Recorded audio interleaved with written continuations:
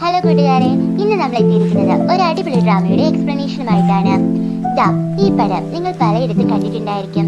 Romantic ആയ കോട്സൊക്കെ വരുന്ന ചില പോസ്റ്റുകളിലെങ്കിലും ഈ ചിത്രം നിങ്ങൾ കണ്ടിരിക്കും. ഈ ഇമേജ് നമ്മൾ ഇന്ന് എക്സ്പ്ലെയിൻ ചെയ്യാൻ പോകുന്ന എൻകൗണ്ടർ എന്ന ഡ്രാമയിലുള്ളതാണ്.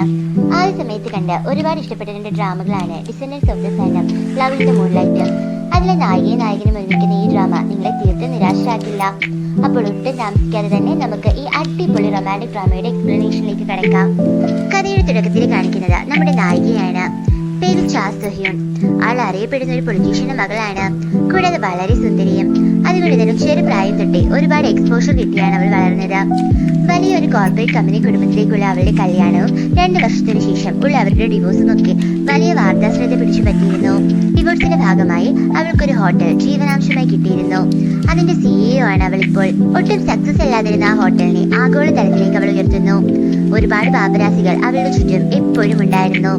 ഇപ്പോൾ അവൾ അറ്റൻഡ് ചെയ്യാൻ പോകുന്നത് അവളുടെ എക്സ് ഹസ്ബൻഡിന്റെ അമ്മയുടെ ബർത്ത്ഡേ പാർട്ടിയാണ്. ഡിവോഴ്സ് സമയത്ത് അവർ എല്ലാ വർഷവും അവരുടെ ബർത്ത്ഡേക്ക് പങ്കെടുക്കാമെന്ന് ഉറപ്പ് കൊടുത്തിരുന്നു. എന്നാൽ അവൾ അതിപ്പോൾ നന്നായി റിഗ്രറ്റ് ചെയ്യുന്നുണ്ട്.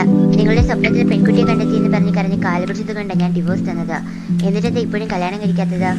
അവളുടെ എക്സ് ഹസ്ബൻഡ് ആയിരുന്നു അത്. എന്താ വീണ്ടും എന്റെ ഭാര്യാപദത്തിലേക്ക് വരാൻ നിനക്ക് താല്പര്യമുണ്ടോ? അതൊന്നുമല്ല, നിങ്ങൾ കല്യാണം കഴിച്ചു കഴിഞ്ഞാൽ എനിക്ക് വീണ്ടും ബർത്ത്ഡേക്ക് കഷ്ടപ്പെട്ട് വരണ്ടായിരുന്നു. അവരുടെ വിവാഹം ഒരു ബിസിനസ് മാരേജ് ആയിരുന്നു. അവിടെ സ്നേഹമോ ഒന്നും തന്നെ ഉണ്ടായിരുന്നില്ല. എന്നാൽ ഡിവോഴ്സിന് ശേഷം സക്സസ് ആയതുകൊണ്ട് അവളെ അങ്ങനെ വെറുതെ വിടാൻ അവർ തയ്യാറായിരുന്നുമില്ല.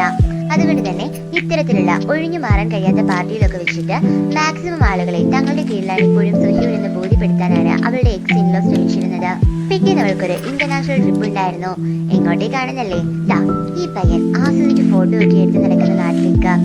ഒന്നുമല്ലെങ്കിൽ അവനടുത്ത് ഈ ഫോട്ടോ കാണുമ്പോൾ തന്നെ നിങ്ങൾക്ക് നാട് ഏതാണെന്ന് മനസ്സിലാക്കാനും. മനസ്സിലായവർ കമന്റ് ചെയ്യണേ. ബിസിനസ് ആവശ്യത്തിനായാണ് അവളും സെക്രട്ടറിയും അങ്ങോട്ടേക്ക് പോകുന്നത്. ഫ്ലൈറ്റ് ഒക്കെ ഇറങ്ങി ഓൾറെഡി തയ്യാറാക്കി വെച്ചിരുന്ന ടാക്സിയിൽ കയറി അവർ മീറ്റിംഗ് നടക്കുന്ന സ്ഥലത്തേക്ക് തിരിക്കുന്നു.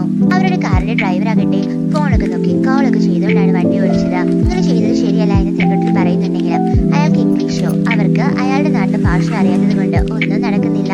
അവസാനം അയാൾ വണ്ടി കൊണ്ടു ചെന്ന് വഴിയുണ്ടായിരുന്ന ഒരു കേബിളൊക്കെ ഇടിച്ചു തെറിപ്പിക്കുന്നു. റെസ്റ്റോറന്റിന് പുറത്താക്കിയിട്ടിരുന്ന കേബിളായിരുന്നു അത്. അവിടെ ആകട്ടെ ആ പയ്യന് അവൻ തറയിൽ പോയി തന്റെ ക്യാമറ എടുത്ത് നോക്കുന്നു. അത് പൊട്ടിയിരുന്നു. മേഡം കുഴപ്പമൊന്നുമില്ലല്ലോ? നീ ആദ്യം ആ പയ്യന്റെ കാര്യം ശരിയാക്കാം. സെക്രട്ടറി അവനോട് ചെന്ന് കുഴപ്പം എന്തെങ്കിലും ഉണ്ടോ എന്ന് ചോദിക്കുന്നു. ക്യാമറ പൊട്ടിയെന്ന് തോന്നുന്നു. Sorry, really sorry. നമ്മൾ തരാമോ? ഞങ്ങൾ പുതിയൊരു ക്യാമറ വാങ്ങിത്തരാം. അത് സാരമില്ല, നിങ്ങൾ പൊക്കോ.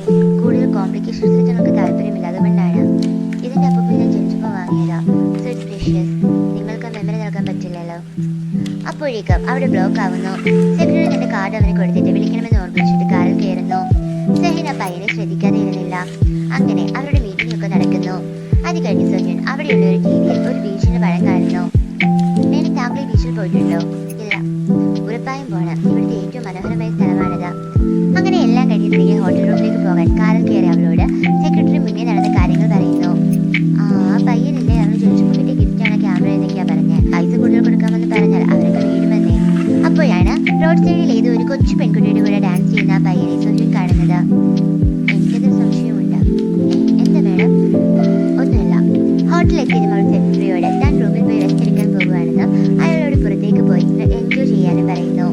റൂമിൽ കീഴുറക്ക ഗുളികയൊക്കെ കഴിച്ച് ഉറങ്ങാനായി ബെഡിൽ ഇരുന്നപ്പോഴാണ് അവിടുത്തെ ടേബിളിൽ ഇരുന്ന പോസ്റ്റ് കാർഡ് അവൾ ശ്രദ്ധിക്കുന്നത്. അതിലുള്ളത് ആ ബീച്ചിന്റെ പടമായിരുന്നു. വീട്ടിൽ തിരികെ കൊറിയയിലേക്ക് പോകാനായി അവൾക്ക് ഫ്ലൈറ്റ് കയറണമായിരുന്നു.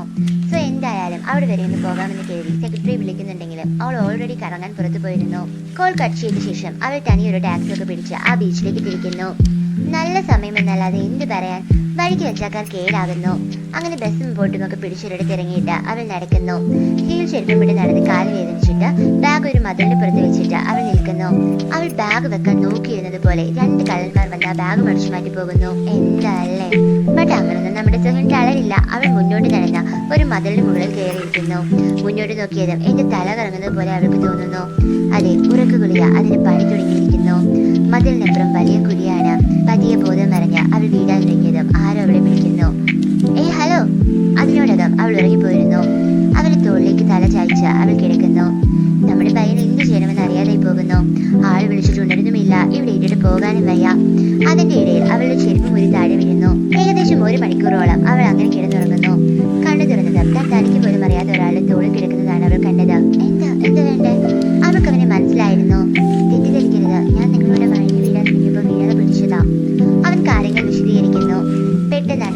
മുന്നിലുള്ള ആ മനോഹരമായ സൺസെറ്റ് അവൾ കാണുന്നത് നല്ല രസമുണ്ട്. അവൻ അവൾക്ക് തന്റെ ഫോണും ഹെഡ്സെറ്റും കൊടുത്തിട്ട് ആ പാട്ട് കേട്ടുകൊണ്ട് സൺസെറ്റ് കാണാൻ നല്ല രസമാണെന്ന് പറയുന്നു. അവൾ അങ്ങനെ ആ പാട്ടൊക്കെ കേട്ട് സന്തോഷത്തോടെ സൺസെറ്റ് കാണുന്നു. അപ്പോഴേക്കും അവൻ അവളുടെ ചെരുപ്പം കൊണ്ട് കൊടുക്കുന്നു. അപ്പൊ ശരി, ഞാൻ പോട്ടെ. അതെ. പൈസ ഉണ്ടോ കയ്യിൽ? അവൻ ചിരിച്ചുകൊണ്ട് എത്ര വേണമെന്ന് ചോദിക്കുന്നു. ഒരു ബിയർ വാങ്ങാനുള്ള അത്രയും. അവൻ പൊട്ടിച്ചിരിക്കുന്നു. എന്താ ഇത്ര ചിരിക്കാൻ? അല്ല, ഇത്ര സീരിയസ് ഫേസിൽ വെച്ച് ബിയർ ചോദിക്കുമ്പോ നല്ല ക്യൂട്ടായിട്ടുണ്ട്. അവൻ ബിയർ വാങ്ങാൻ പോയതും അവളും അറിയാതെ ചിരിക്കുന്നു. അങ്ങനെ അവർ ബിയറൊക്കെ കുടിച്ചുകൊണ്ടിരിക്കുമ്പോൾ അവൾ നടന്നതൊക്കെ പറയുന്നു. അയ്യോ, അപ്പൊ നിനക്കിതൊരു മോശം ദിവസമായിരുന്നല്ലേ? ഇവിടുന്ന് കുറച്ച് അപ്പുറത്ത് നിന്നാൽ ടാക്സി കിട്ടും, ഞാൻ അവിടേക്കാക്കാം. അങ്ങനെ അവർ ഒരുമിച്ച് നടക്കാനിരിക്കുമ്പോഴാണ് ഹീൽസിട്ട് അവളുടെ കാല് മുറിഞ്ഞത് ശ്രദ്ധിക്കുന്നത്. ഞങ്ങളുടെ ഇവിടെ കുറെ ആളുകളൊക്കെ ഹൈക്കിങ്ങിന് പോകുമ്പോൾ ചെരുപ്പിടാതാ പോകുന്നത്. ആണോ? അതേന്നെ. എന്നാലും അവൾക്ക് ചെരുപ്പൂരി ഇത്രയും ആളുകൾക്കിടയിലൂടെ നടക്കാൻ ഒരു മടി തോന്നുന്നു. അത് മനസ്സിലാക്കി അവൻ തന്റെ ചെരുപ്പൂരി കയ്യിൽ പിടിക്കുന്നു. ഒരുമിച്ച് നടക്കാം. അങ്ങനെ അവർ ചെരുപ്പൂരി അവിടേക്ക് നടക്കുന്നു. ബട്ട് ആളുകളെല്ലാം അവരെ നോക്കി ചിരിക്കുന്നുണ്ടായിരുന്നു. എന്താ ചെയ്യുന്ന, സ്റ്റുഡന്റ് ആണോ? I cell fruits. അവിടെ ഒരു ചെരുപ്പ് കടയിൽ നിന്ന് അവൻ അവൾക്കൊരു ചെരുപ്പ് വാങ്ങിച്ചു കൊടുക്കുന്നു. അപ്പോഴാണ് അവൾക്ക് വിശുവിന്റെ വയറ്റിൽ നിന്ന് ശബ്ദം കേൾക്കുന്നത്. പൈസ ഉണ്ടോ കയ്യിൽ? ഉണ്ട്. എത്ര കാണും? വിശക്കുന്ന ഒരാളുടെ വയറ് നിറയ്ക്കാനുള്ളതൊക്കെ ഉണ്ട്. അങ്ങനെ അവർ ഒരു ഹോട്ടലിലേക്ക് കയറി ഭക്ഷണം കഴിക്കുന്നു. അപ്പോഴാണ് അവിടെ സൽസ ഷോയുടെ പോസ്റ്റർ അവൾ കാണുന്നത്. അതൊരു ഡാൻസ് പ്രോഗ്രാം ആണ്. പൈസ ഉണ്ടോ കയ്യിൽ? അവൻ ചിരിച്ചുകൊണ്ടുണ്ടെന്ന് പറയുന്നു. അങ്ങനെ അവർ ആ ഷോയ്ക്ക് പോകുന്നു. എല്ലാവരും നൃത്തം ചെയ്തപ്പോൾ ആദ്യം ഒന്ന് മടിച്ചെങ്കിലും അവളും അവനോടൊപ്പം ഡാൻസ് ചെയ്യുന്നു. അവർ രണ്ടുപേരും വളരെ സന്തോഷത്തിലായിരുന്നു. തിരികെ പോകാൻ ടാക്സിയിൽ കയറും മുമ്പ് അവൾ അവനോട് ഫോൺ നമ്പർ ചോദിക്കുന്നു. തിരികെ കൊറിയയിലെത്തിയിട്ട് ഞാൻ പണമെല്ലാം തിരികെ തരാം. അതൊന്നും വേണ്ട, നമ്മൾ രണ്ടുപേരും ഇത് ഒരുപാട് എൻജോയ് ചെയ്തല്ലേ, അത് മതി. സ്വന്തം നാട്ടിലെ ഒരാൾ മറ്റൊരു രാജ്യത്ത് തന്നെ നാട്ടുകാരെ സഹായിച്ചു എന്ന് കരുതിയാൽ മതി. ഏതായാലും അങ്ങനെയാണെങ്കിൽ നാളെ 9 മണിയാകുമ്പോഴേക്കും ഞാൻ ആ ഹോട്ടലിലേക്ക് വരാം. എനിക്ക് അവിടുന്ന് ബ്രേക്ക്ഫാസ്റ്റ് വാങ്ങി തന്നാൽ മതി. ആ ടൈമിൽ ഞാൻ ഫ്രീ ആവണോ എന്ന് എനിക്ക് ഉറപ്പില്ല. അത് സാരമില്ല, ഞാൻ അരമണിക്കൂർ വെയിറ്റ് ചെയ്യാം. വന്നില്ലെങ്കിൽ പൊക്കോളാം. No hard feelings. അങ്ങനെ അവർ സന്തോഷത്തോടെ പിരിയുന്നു. അപ്പോഴാണ് തന്റെ ബാഗിൽ അവളുടെ ഷൂ ഉള്ള കാര്യം അവൻ ഓർക്കുന്നത്. സാരമില്ല, നാളെ കൊടുക്കാം. തിരികെ ഹോട്ടലിലെത്തിയത് സെക്രട്ടറി അവളോട് ദേഷ്യപ്പെടുന്നു. എന്താ ചെയ്യുന്നത്? വിളിച്ച ഫോൺ ഒരിക്കലും അവർക്ക് കൂടെയും കഴിച്ചിട്ട് പുറത്തും പോയി എനിക്ക് ചില സമാധാനം നീ ഒരിക്കലും തരില്ലല്ലോ. അല്ലെങ്കിൽ എന്താ നീ കേൾക്കുന്നത്? അപ്പോഴാണ് തന്റെ കാലിലെ ചെരുപ്പ് അവൾ ശ്രദ്ധിക്കുന്നത്. ഞാനൊരു സിംഗിളെ ആയെന്ന് തോന്നുന്നു. അവളും സെക്രട്ടറിയും ഒരുമിച്ച് പഠിച്ചവരായിരുന്നു. സെക്രട്ടറി എന്നതിലുപരി അവളുടെ ഏറ്റവും പ്രിയപ്പെട്ട കൂട്ടുകാരി കൂടിയായിരുന്നു അവൾ. തിരികെ റൂമിലെത്തി ബാൽക്കണിയിൽ പുറത്ത് ചന്ദ്രനെ നോക്കി ചിരിച്ചുകൊണ്ട് അവൾ നിൽക്കുന്നു. അവനും അതേ സിറ്റിയുടെ മറ്റൊരിടത്തിരുന്ന് അതേ ചന്ദ്രനെ നോക്കിയിരിക്കുകയായിരുന്നു. പിറ്റേന്ന് നമ്മുടെ പയ്യൻ ആ ഹോട്ടലിൽ വന്ന് കാത്തിരിക്കുന്നുണ്ടെങ്കിലും അവൾ വന്നില്ല. അരമണിക്കൂർ കഴിഞ്ഞിട്ട് അവൻ അവിടെ നിറങ്ങി നേരെ ചെന്നത് എയർപോർട്ടിലാണ്. അവിടെ ടിക്കറ്റ് എടുക്കാൻ ക്യൂ നിൽക്കുമ്പോൾ തൊട്ടുപുറത്ത് ഹേയൻ. അവൻ അവളെ നോക്കി ചിരിക്കുന്നു. അവൾ തിരികെയും, സോറി എനിക്ക് മീറ്റിംഗ് ഉണ്ടായിരുന്നു, അതാ ബ്രേക്ക്ഫാസ്റ്റ് കഴിക്കാൻ വരാൻ പറ്റാതെ. എന്റെ സെക്രട്ടറി നിങ്ങളുടെ ടിക്കറ്റ് എടുക്കും. ബിസിനസ് ക്ലാസ്സിൽ തിരികെ കൊറിയയിലേക്ക് പോകാം. അതോടെ ബ്രേക്ക്ഫാസ്റ്റ് വാങ്ങി തരാൻ പറ്റാത്തപ്പോൾ എന്റെ വിഷമം മാറും. എന്നാൽ അവൻ നിരസിക്കുന്നു. താൻ പാർട്ടിയും ജോലിയെടുത്ത് ചെറുകുട്ടിയ പൈസയുമായാണ് ട്രിപ്പ് വന്നതെന്നും അത് പൂർണ്ണമാകണമെങ്കിൽ ഇപ്പോൾ താനെടുത്ത സാധാ ടിക്കറ്റിൽ തിരികെ പോയാലും പറ്റുമെന്നും പറയുന്നു. എങ്കിൽ ശരി, നമ്മൾ തമ്മിലുള്ള കടങ്ങളെല്ലാം ഇവിടെ തീർന്നെന്ന് ഞാൻ കരുതിക്കോട്ടെ. തീർച്ചയായും. അങ്ങനെ അവർ തിരികെ കൊറിയയിലെത്തുന്നു. തന്റെ കയ്യിലുള്ള സെക്രട്ടറിയുടെ കാർഡ് അവൻ എടുത്തു നോക്കുന്നു. അത് ഡോഹ ഹോട്ടലെന്ന് കണ്ടതും അവനൊന്ന് ഞെട്ടുന്നു. ഗൂഗിളിൽ അടിച്ചു നോക്കിയപ്പോഴാണ് ഹെയ്ൻ ഡോഹ ഹോട്ടലിന്റെ CEO ആണെന്ന് അവൻ അറിയുന്നത്. പെട്ടെന്ന് അവന്റെ ഫോൺ റിംഗ് ചെയ്യുന്നു. ഹലോ, ഇത് ഡോഹ ഹോട്ടലിൽ നിന്നാണ്. താങ്കൾ അവസാന ഇന്റർവ്യൂ വിജയിച്ചിരിക്കുന്നു. കൺഗ്രാറ്റ്സ്.